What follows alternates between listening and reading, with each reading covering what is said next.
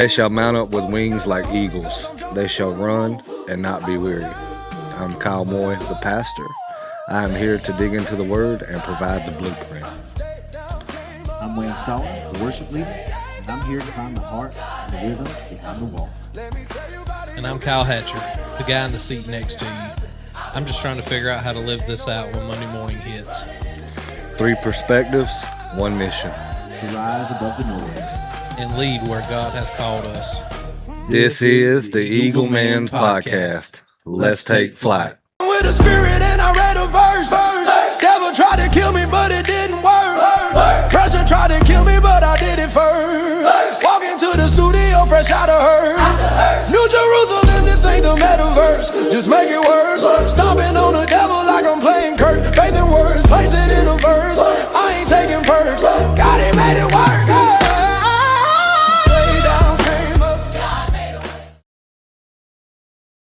All right. Welcome back to the Eagle Man Podcast. This is Kyle, the pastor. This is Wayne the Praiser. This is Kyle from Depew. And the prophet. Maybe. Maybe true. We're going to work into it. So this is episode 11. Loudon, cool. Sam Loud. We made it love past that, 10. Oh, we did. We're Look doing at us. good. So the next 3 episodes are going to be kind of a get to know us. Yeah. God's kind of laid it on our hearts to let you know who you're listening to. Yeah. You know, from our POV. So first up, we're going to tap into who Kyle Hatcher is. So, Hey! if you'll take it away, Prophet. So you just want me to tell my story, bro? A little bit? Yeah, man, just let them know who you are, cuz. Yeah. Who is Stefan Kyle Hatcher? I mean, you want from the early years? Man, The whatever. life? Whatever you want to give. Whatever bro. you wanna share. Whatever you feel like the people need to know about you. Okay. Well, I'm 41 years old. And I like long walks on the beach. I like long walks on the beach. Nah, man, I was born. I'm born and raised here in Cairo. Been here my whole life. Grew up. I mean, have a good family. You know, I was well loved, well taken care of. The son of Wesley and Diane Hatcher. Yep. Shout out, best parents in the world, bro. Bro, we could be like the Bible where it'd be like Kyle Hatcher, son of Wesley Hatcher. Like genealogy. Wesley Hatcher, son of... Those are a tough read sometimes. Yeah. Wow. Okay. But yeah, just like I say, I had a good childhood, man. Very loved, very supported. I would say middle class family. You know, never wanted for anything. I guess may not have what I wanted, but I had what I needed. Yeah. Grew up playing sports. You know, and Boy, I then- had a nasty curveball in high school. thing fell off the table, bro. Yeah, I love baseball, and the weird thing is, I can't watch it now. I'm like, nah. I watch college a little bit, but not no major league stuff. I like the Little League World Series. Yeah, it's pretty good. Well, But yeah, man, just your life was pretty normal, I guess. I guess until I was probably, I don't know, 13 or 14 is when I kind of started getting into the things I shouldn't have. Hanging out with a friend of mine, we would go to his house, like I say, 13 or 14, and we would drink. You know, and it was funny because I told myself the first time, I said, well, you know, I said, I'll try it. I said, I probably won't like it. And I really didn't like it. But, you know, I guess, I don't know, that's peer pressure, I guess. Yep. Because every time we were together, we drank. yeah, just trying to fit in. Yeah, I don't know with who, though. It was just the two of us. Fit in with each other, I With guess. each other, I don't bro. know. It's crazy. Yeah, so I kind of started going down that road, and then, so my family was very, very normal, I guess, for people on the outside looking in. You know, but we all lived in a house where drugs and alcohol were, they didn't seem to be frowned upon, but you know, they really weren't condoned either. So anyway, I got into all that stuff with my dad. And we've always had a great relationship, but the early years were, kind of spent doing that thing. Right. I guess probably my first inkling that something was going on was, I don't know, I was probably, 13 or 14 maybe. And the cops coming to our house looking for drugs. So that's, and that's kind of when my dad was honest with me. He's a changed man now, guys. So Deacon of the church. he's a deacon of the church. 100%. Bro, I So, can't rectify Yeah. how y'all talked about him back then with who he is now. Like, Listen, I can't, bro, I can't see it. I struggled. remember. Yeah, Kyle remembers him. Yeah, I struggled bad, man, when he first became Christian because, he knew God growing up, and, he kind of wandered off the path or whatever. And so he was made to be in church. If the doors were open, he was there. So growing up, he didn't make us go to church. We did a few times, but it wasn't something like, hey, you get up, you're going to church. Yeah, went on Easter. I don't even know if we went on Easter, bro. We were hunting eggs, bro. Okay. Yeah. So like when he first came back to God, man, I told my wife Stephanie, I said, I don't even know how to talk to this dude. I was like, that's not the man I grew up with. You know what I'm saying? Yeah. And I said, it's just weird. But we're good now. I just had to kind of figure him out. But yeah, growing up, man, had that in common with my dad. My mom, bless her heart, she's a great woman. She put up with a lot. My mom never struggled with any of those things. My mom would probably tell you now she was and she was an enabler. Yeah. I don't know if she really knew she was enabling at the time. Right. But yeah, because we just got hung around the house and did drugs and whatever, But, made it through high school. A lot of drinking, smoking weed. Just partying. Yeah. That's all I really cared about. Eating by in school, did what I had to do to get on through there. I actually failed weightlifting. I don't know if that's really possible, but it turns out if you skip class enough. I was gonna say, could you not lift the weights? Like, what's Yeah. what's the grading criteria here? Like when you don't go, I think I'm pretty just- sure. Well, he made the mistake one time. I forgot my workout clothes, and he said, well, just go sit in the gym. So I figured out if I didn't have any workout clothes, I'd just go sit in the gym. Then that turned into skipping school. And but anyway, high school was just kind of like a party. I was worried about getting high and drinking and girls and all the things. Played baseball. Probably could have been a lot better than I was if I'd have really concentrated on it. Yeah. I had a little bit of, I had a couple of bitty small schools. They were probably like middle schools or something that did show a little interest in me, but I knew it all. And I went into the working world. Just started working and started dating my first wife. She got pregnant with our oldest son. How old was I? 20, 21, 22? Anyway, something like that. But yeah, man, just working and started a family. We got married, had 2 more kids, had a daughter and another son. We built a house. Everything was great. We kind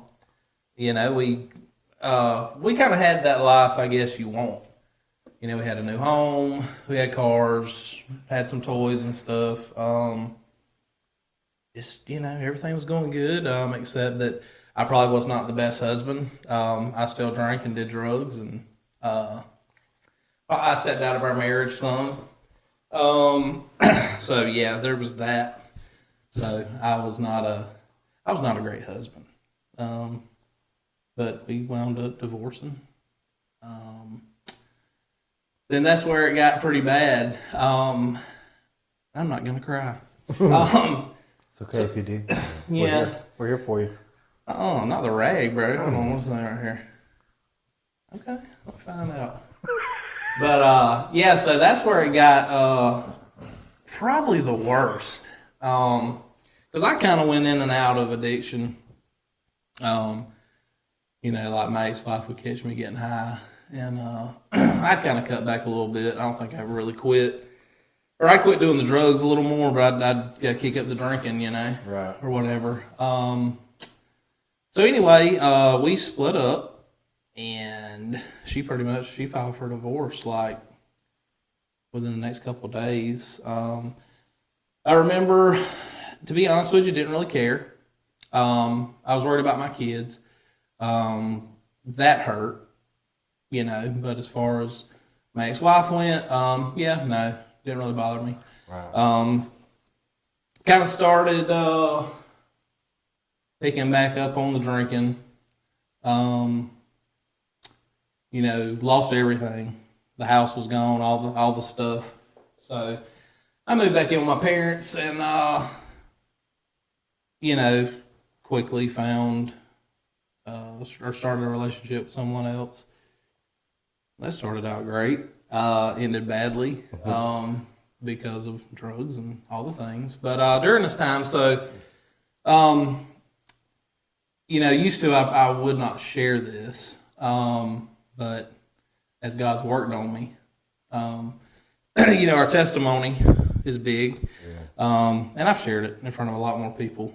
So, and y'all already kind of know, but this will probably be like the most viewed podcast ever. It's gonna spread. So, basically, my ex-wife accused me of molesting our daughter.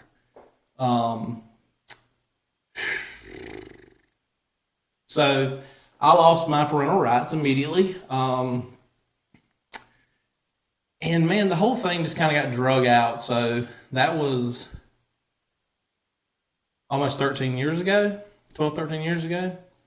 We just got that thing finished up and settled and whatever. But so when that happened, man, I really became like I was a hermit, bro. I stayed at the house. I mean, I went to work and stuff, you know. You know, but what that did to me, I can't even explain. Right. You know, and because here's the thing, you know, when you know you're innocent and you've done nothing wrong, that it really messes with you in a whole lot of ways. That mind, body, and soul, bro. Yeah. And I just kind of, you know, between that and then the second or next relationship after my ex-wife, you know, really just kind of went off the rails, man. Started doing meth. That was my love for a while. You know, I say that. Yeah, she didn't really love me. Yeah, so I did that for, I don't know, 3 or 4 years, pretty hard. I was doing it every day. But yeah, man, just in and out of court, man, with all that stuff. Fighting tooth and nail. Because like I say, I mean, I was innocent, you know, and that's really hard because I'm telling you the stress of it. I mean, mentally, physically, emotionally, the monetary strain. I don't even know where to start guessing on what I spent on lawyers, but Yeah. kind of funny story though. So, I had a divorce lawyer, and then all that happened, you know, with the accusations and whatnot. So, unfortunately, I had to retain the services of a criminal lawyer. Not cheap, just to let you know. So, don't stay out of trouble. So what was funny, man? The man that was recommended to me, he come very highly recommended. You know, heard a lot of stuff about him. He's a great man, really good lawyer, you know. So what I didn't hear about him though was he was a Christian. And you know, like I say, at the time I was at a point in life, I was living with my parents, kind because that relationship after my ex-wife, I mean, that was 7 years, and it went to crap too. But we both had our issues, with drugs and all that. But so I was back at home. I moved back in with my parents. Love you, mom and dad. And I'm telling and I never really thought about this till a while back. I said, if it wasn't for my parents, I could have very easily been on the street, bro. Yeah. Or dead. But I was at a point. I mean, I was back at home, and drugs were, that was my thing. I mean, I got up, I went to work, I did drugs all day, came home, did drugs all night. Really didn't care if I died. Just whatever. Thought about suicide a little bit. It wasn't meant to be. Because I just, the thing that really stopped me was, I was like, well, how can I do this? Okay. You're good, bro. Healing to get it out. This is healing. Yeah. Healing in this. Didn't have the heart for someone to find me like that. Yeah. So anyway, I pushed through. It was very hard because people were like, don't give up. Yeah. And that's the thing, like, people were like, they didn't really understand. Mm-hmm. You know what I mean? I mean, I know. They can't understand. Right. I know you hurt for me. Look there. Yeah, if y'all hear a noise, listen.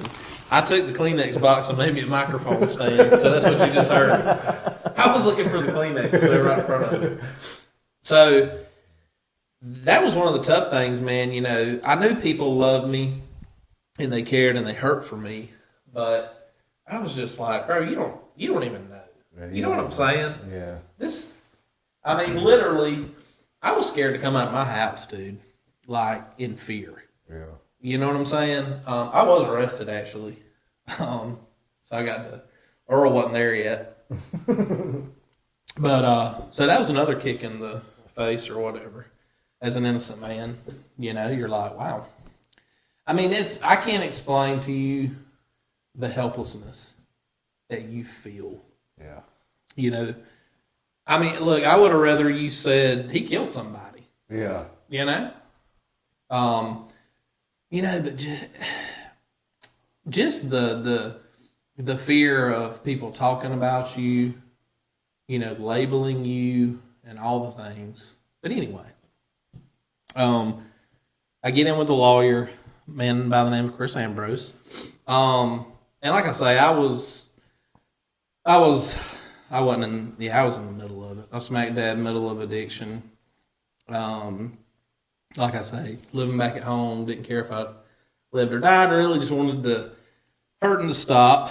And so that was probably, I would say that was probably my first ever real, nudge to know God. Yeah. And I, he read me the sinner's prayer, and you know what it's called, sir? Lord. Or Lord, when you get saved, what is it called? Sinner's prayer. Sinner's prayer. See, Are the ABCs? Pastor didn't even know it, y'all. Yeah. I used the biblical version. Whatever. So yeah, I accepted the Lord in His office. And I'll be honest with you, man, at the time, I ain't gonna say I felt pressured to do it. You know what I'm saying? But it was like, oh, okay, I better do this. I've tried everything else. Yeah. And, well, I still tried everything else. I didn't take it serious. Because I didn't really know God. You know what I'm saying? I didn't really know nothing about Him. I mean, if I'm being honest, it was kind of like, okay, Yeah. It didn't mean anything to me, but Right. I mean, I was so far gone and whatever, man. It was just, okay. But, and even before I got into church and all, it was crazy now that I look back at it. Because at the time when things are happening, you ain't really, you know what I'm saying? You ain't really seeing God. Yeah. Right. But now that I look back, you know, I see so many times where God moved in that situation. And it pretty much ended, man. You know, he calls me in one day and he says, I got a call from the DA or whatever, and they said if you can pass a polygraph test, we'll drop the charges. So boom, okay, I'm on it, you know. So the crazy thing is, when I pulled up that morning at his office the day of the polygraph test, I remember seeing this group of people, this circle of people in the parking lot, and they were holding hands and praying. And I'm like, what are these weirdos doing? So, you know, I go in or whatever, and we go to the GBI office, and I take the test. I pass it, of course. You know, I had no doubt that I would. Get back to his office, and he calls the DA and says he passed. And you know what really like kind of got under my skin was the DA literally told Chris, he said, yeah, that's what I thought. Wow. Right. And this, at the time, That's crazy. it's been years. You know what I'm saying? Like, you drugged me through this crap for years. And so for you And to, that's your response? your response is, that's what I thought. Like, that literally was like, you might as well have said, oh, I knew you, you know, I knew you were innocent. Yeah. We're just going to drag you through this. You know what I mean? That's crazy. Yeah, so that ended that. And sure enough, within a couple of days, I got my paperwork and charges were dropped. I think I had to find out those weird people in the parking lot. I know some of them now, actually. It was people from Victory. Yeah. You know, Chris goes to church. Jamie and I think Walla was there. I don't remember who all. But he goes, those people were praying for you. And so, you know, I'm kind of starting to see, like, okay, this stuff might be legit. Yeah. Like, it might be, there might be something to this, you know. But anyway, started a relationship with my now wife. So, precursor to that. Yeah, go ahead. Oh, yeah. Precursor to that. This is a neat story. So, we serve at a thing called Trace Diaz.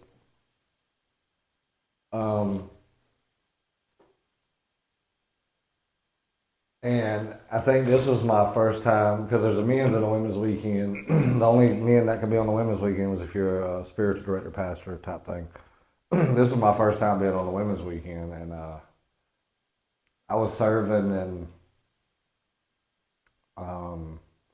we were coming out of a room going to chapel, and this lady walks up to me, and she just looks at me and she says, "Hey, I know you don't know me, but God showed me that I was going to marry one of your friends."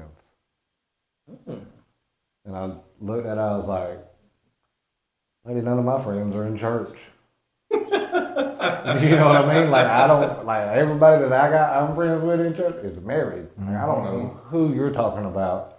I said, "Okay, that's cool." Like, and I just kind of just kind of like, not shoved her off, but was like, just agreed and kept doing what I was supposed to do. Yeah. So, we actually met on the Facebook dating app. And I don't remember. One of us gave the other one our number, and we called and talked one day, and I didn't know any of this at the time, but she goes, well, I don't remember how she asked me really. she was like, "Who do you know?" Who do you know in Cairo or something? I don't know. Yeah. Anyway. And the first name you said. Yeah, for some reason, I'm like, you know, Kyle and Jackie Moy, and she was like, yeah. Well, she didn't say anything at the time, but anyway, I guess I was that friend. Yeah. That 'cause me and Kyle have known each other for a while. Well, probably over 20 years now. Yeah, I mean, we play baseball together and work together at Meals, Heat, and Air. Yep, and we're getting old, bro. Sponsor. Yeah, they're not going to sponsor us. Whatever. I'm just kidding. So yeah, I met her. We talked one or two times, and then nothing. And I walked into O'Neill's Country Buffet one day, and she was working. And it turns out I sat at the table she was waiting on. And I said, "Do you remember me?" And she looks me straight in the face. She goes, "No." Dang. Yeah, no. So, because I mean, we had playing the game. That's what it was. She better have been playing a game. But I don't remember. I don't remember if it was that day or if not that day. It wasn't long after that we started kind of hanging out or whatever. So I must have really liked her because I started going to a Bible study with her at Rosie and Terry Tullis' house. But I was still in my mess or whatever. And I know this story's kind of jumbled up, but it would take me forever to kind of tell it Piece by piece. Yeah, piece by piece. But so I was still in addiction. But I would go to these little, I guess it's home church is what they call it, Yeah, like on Wednesday nights. It's like a little Bible group. Yeah, and I would sit through these things, no idea what was going on, whatever. But anyway, our relationship kind of grew or whatever. And I got away with being not a good guy for about 6 months, probably 6, 7 months. She found out I was, still getting high and seeing my ex. But anyway, I remember like begging her back, and it became a running joke. Like the neighbors would see me outside getting my stuff, or she kicked me out, bro. And they would laugh and say, "You get kicked out again?" And I used to always tell them, I was like, "I'll be back." And yeah, and but anyway, yeah. So all that happened. But so during all this, she was a Christian. I think she'd been like, she'd had a little over a year clean or whatever. But I remember going to her apartment, man, and she would play Christian music. And dude, it would bro, when I tell you it would set me off. I mean, I would get mad. I remember. Like, just, what is this crap, dude? Yeah. You know what I mean? And every time, dude, that's all she played, bro. But there was like this one song, What Your Mercy Did For Me. Yeah. And so, like, eventually, it was, like, all the other songs would piss me off, except that one. Yeah. And I don't know if I can say that. We'll edit that if I can't say piss, but I'm sorry, guys. But anyway, You said it again. yeah, I'm not gonna say that anymore. So anyway, but like, yeah, all the other songs would just send me like into this tailspin, bro. And except that one song. But anyway, so she'd found out, that I was getting high, whatever. And I go to my parents' house that morning. Am I going over? No, you're We good. You're good.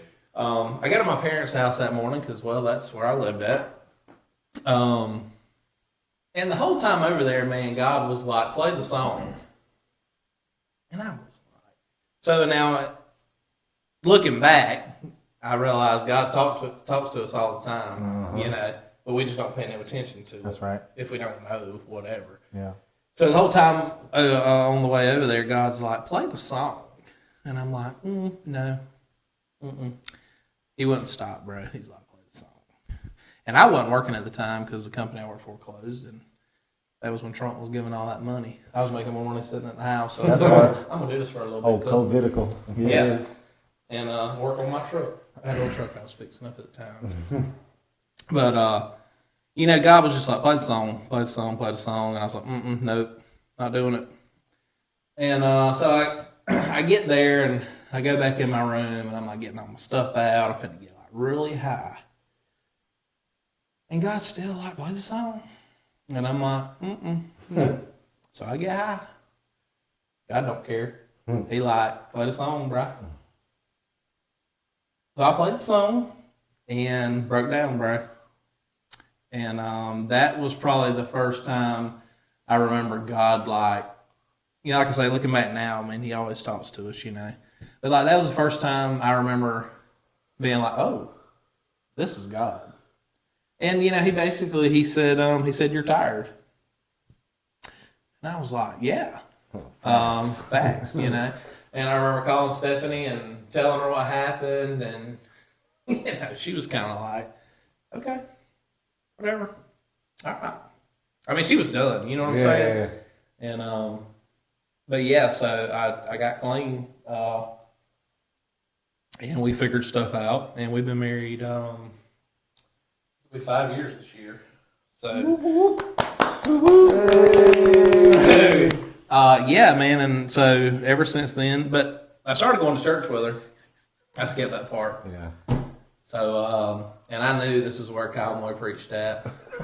And I hadn't talked to Kyle in like years, probably. Years. And so this all happened like I was still doing my thing or whatever. This is before he listened to What Your Mercy Did. Yeah. Yeah, this is when the music was still bothering me. But I remember walking in the church, and dude, and I was just like, I would try to put it off, you know. Yeah. Nah, I got something to do. Bro, I ain't got nothing to do. You know what I'm saying? So I finally broke down and went, and I walked in, and I seen Kyle Moy. And he jumps off the stage, and he runs to me, and he hugs me, and he says, I've been praying for you. And I was just like, at the time, I was like, oh, okay, you know, cool. Appreciate it, I guess. I don't. Like, I was crying. You know. And my boy about blew both his knees out on the stage. Yeah. I said, good Lord. Because I looked at Jackie, and I was like, because they opened the back door, and like, for a minute you can't see because the sun kind of beams in. You don't know who it is. It was just me.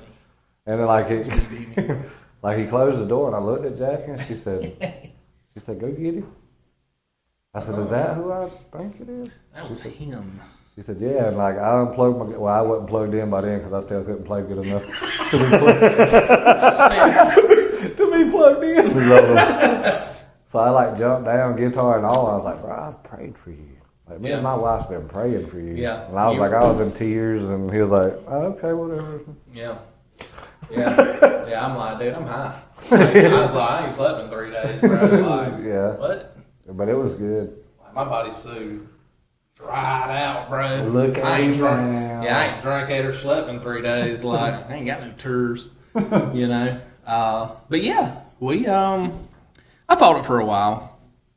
You know, I would go every now and then, but God finally gave in. You know, like I say, I got clean, and I dropped it, bro. I dropped it like a bad habit. cold turkey, bro. I ain't went back. How long you been clean? August will be 6 years. Hey, come on now. I don't remember the exact date, but I know November 15th of this year will be 6 years I've been saved. Gave my life to the Lord. That's what's up. The second time I took it serious. Yeah. When But, it, you know, when it took. Got it stuck this when time. it stuck, bro. But yeah, man, I mean, it's all been great since then, bro. I mean, I guess I thought back then I was happy. Excuse me. You know, and I guess I was to an extent, but like I got like true happiness now. You know what I'm saying? It ain't because my happiness was really like in all the things and you know Materialistic stuff. right. Yeah, that's what I tell people. I was like, man, I had a brand new house. Like you don't like build it, like. But I live in an apartment now, and I'm happier than When I had you know what I'm saying. Like it's me, my wife, and the dog. Or, you know. Shout out Zuri. Oh, little Zuri. Hey, what up? Little baby dog. Yeah.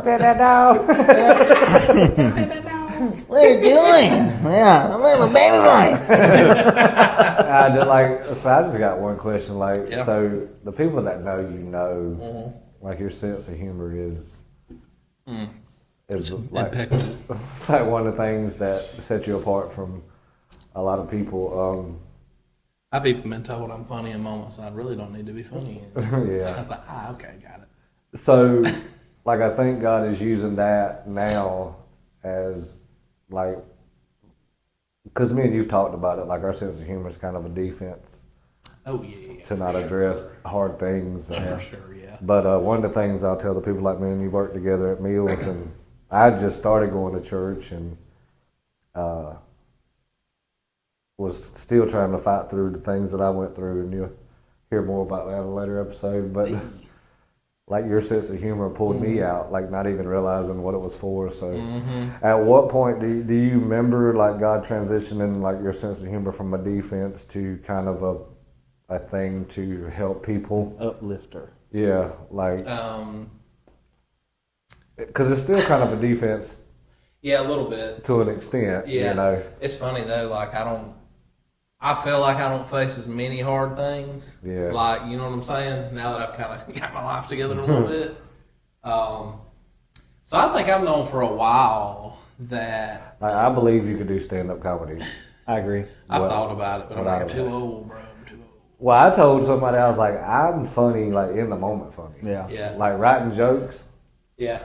Oh, yeah, I can't. Like to say us three get up on stage and just Oh, I got some stories. like do a like to do a set. Yeah. You know, I Oh, believe yeah. our conversations can Yeah. just be whatever. Yeah. But Yeah, anyway, I tell people all the time, I'm like, so I'm not really good at coming up with something, but you just tell me what to do, and I have no problem having Well, I got some stories. You know, I'm stupid. But I think, like, probably when I first started coming to church, I think Felicia told me, you know, about my humor being good for people, you know, and helping them. But as far as, you know, me using, I don't remember exactly how you ask it. I guess when I kind of quit using my humor to deflect, right. probably here.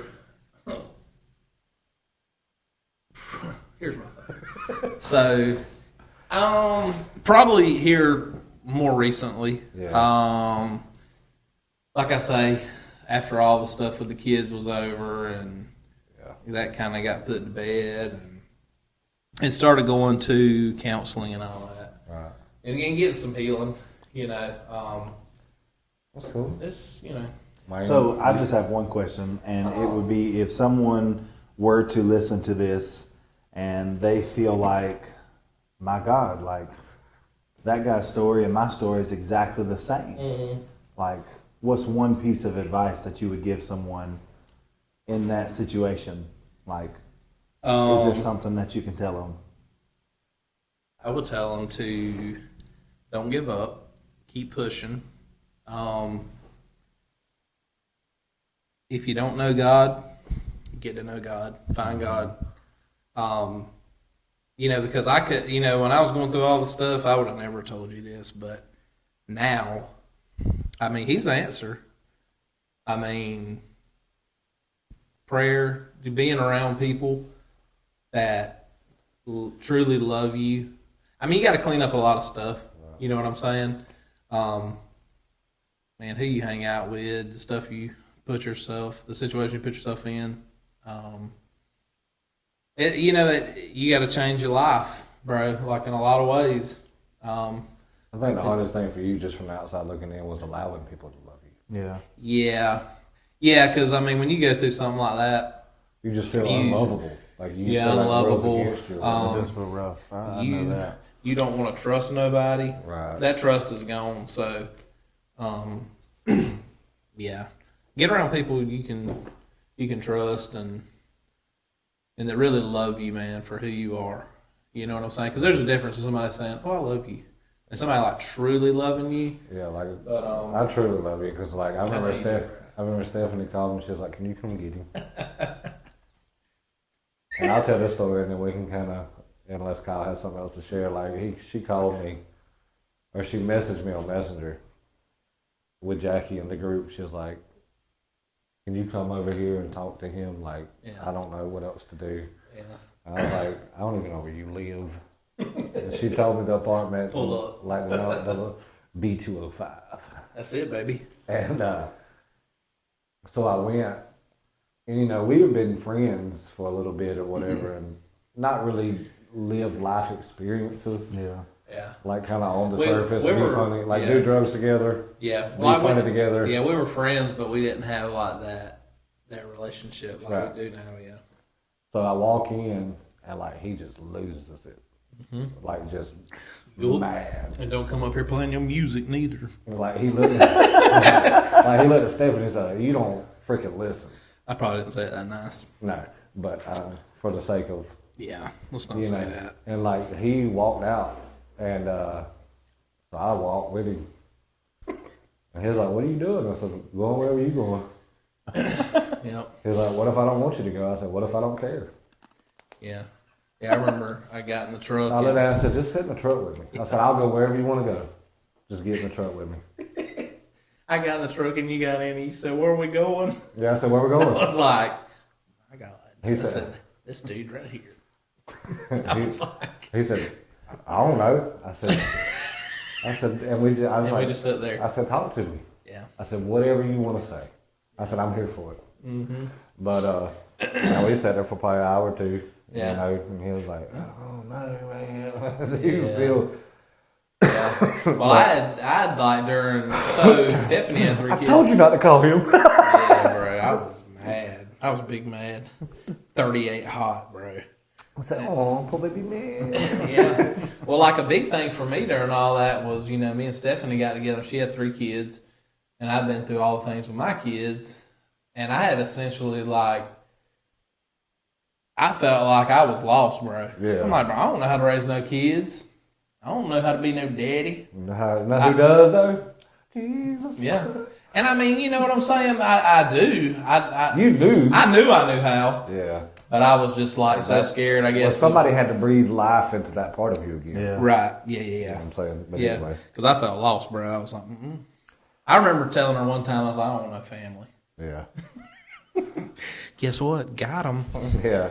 But I guess just going forward, if y'all want to hear more from Kyle, put it out here in the comments. Yeah, man. Like I say, I would just find healing. Yeah. That's the most important thing. Don't give up. Find healing. Get your healing. It's out there. Talk about it. Yeah. I know we've done an episode before. The importance of, especially being men. Mental health. Yeah. Yeah, mental health, man. Just because it'll affect it, bro. I'm telling you. You heard. I was ready. You know what I'm saying? But Yeah. take care of mental health, bro. Don't be scared to reach out and get that help. There you go. Till next time, I'm the pastor I'm the praiser. I'm the pew member. and the prophet.